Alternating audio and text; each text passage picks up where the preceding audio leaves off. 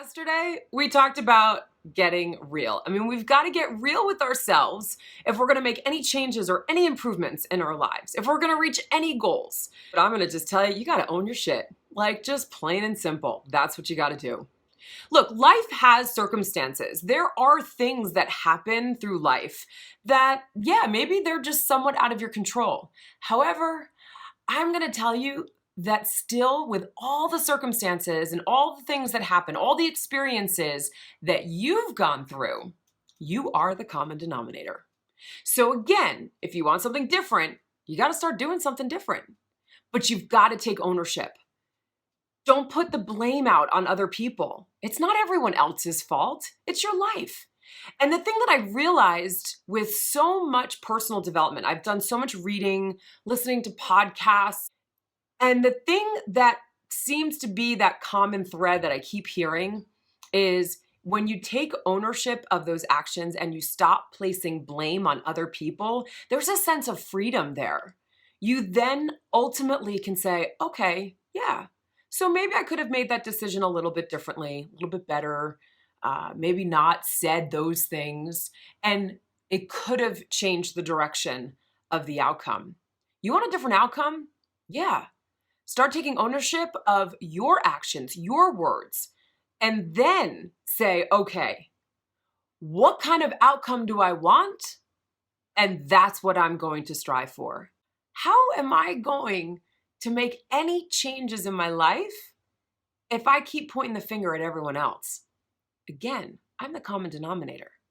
You're the common denominator in your life.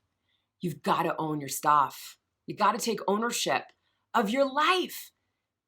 And because I hear often about how there are all these negative experiences and all these terrible things that are happening to you or, to your friends or to your family.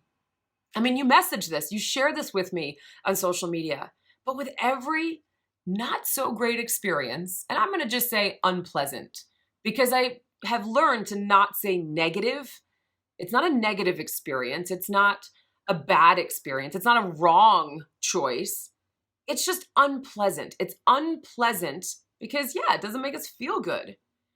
But it's not negative, because if you take that situation that's not so great and make it into something that's positive, say, okay, I'm kind of stuck in the situation and what do I do? Well, do something that will get you the outcome you want. Brainstorm, talk to people, find information, be proactive about your life and the outcome you want. I'll tell you, that unpleasant situation or experience that's going on, it's going to turn into something positive. I've had a lot of unpleasant experiences in my life. I look back on how I was over $60,000 in debt. Yeah, radio doesn't pay a lot of money, and I've been pretty much broke bulk of my adult life.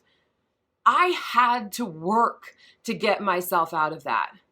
I had to make changes. And because I worked for it and knew that I wanted to get out of debt and I wanted to do something different to have a better outcome and ultimately to have a better future, I had to make some choices. I had to figure out what my options were. And because I did that, I then had a positive experience. Not only did I help myself get out of debt, but at the same time, I learned lessons about myself. Hey, you can be really disciplined, Kayla. Good for you. Hey, look at what you learned. I learned that I could make $20 last 10 days in New York City. Go figure.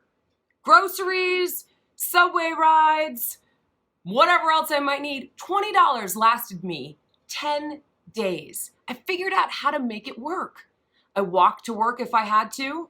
And trust me, I did. Walking to work was 3 miles one way. And I did it because I wanted to make $20 last, because that was all I had. It was an unpleasant experience. I didn't know how I was going to pay my bills. I didn't want more phone calls of people saying you owe me money. So what was I going to do to make $20 last? I walked to work. There and back, 6 miles every day. I went to the cart guys that are in New York City that sell vegetables and fruit, and I ate from there. I ate ramen noodles. Stuff's cheap. When you gotta do it, you gotta do it. But I learned such character in myself by doing that. And that is a positive. That is a good thing. So you gotta own your life, own your choices, and say, okay, what can I do differently now? Take ownership of your life. Accept the choices and the decisions that you've made thus far and say, okay, now how am I going to make decisions and choices going into 2017?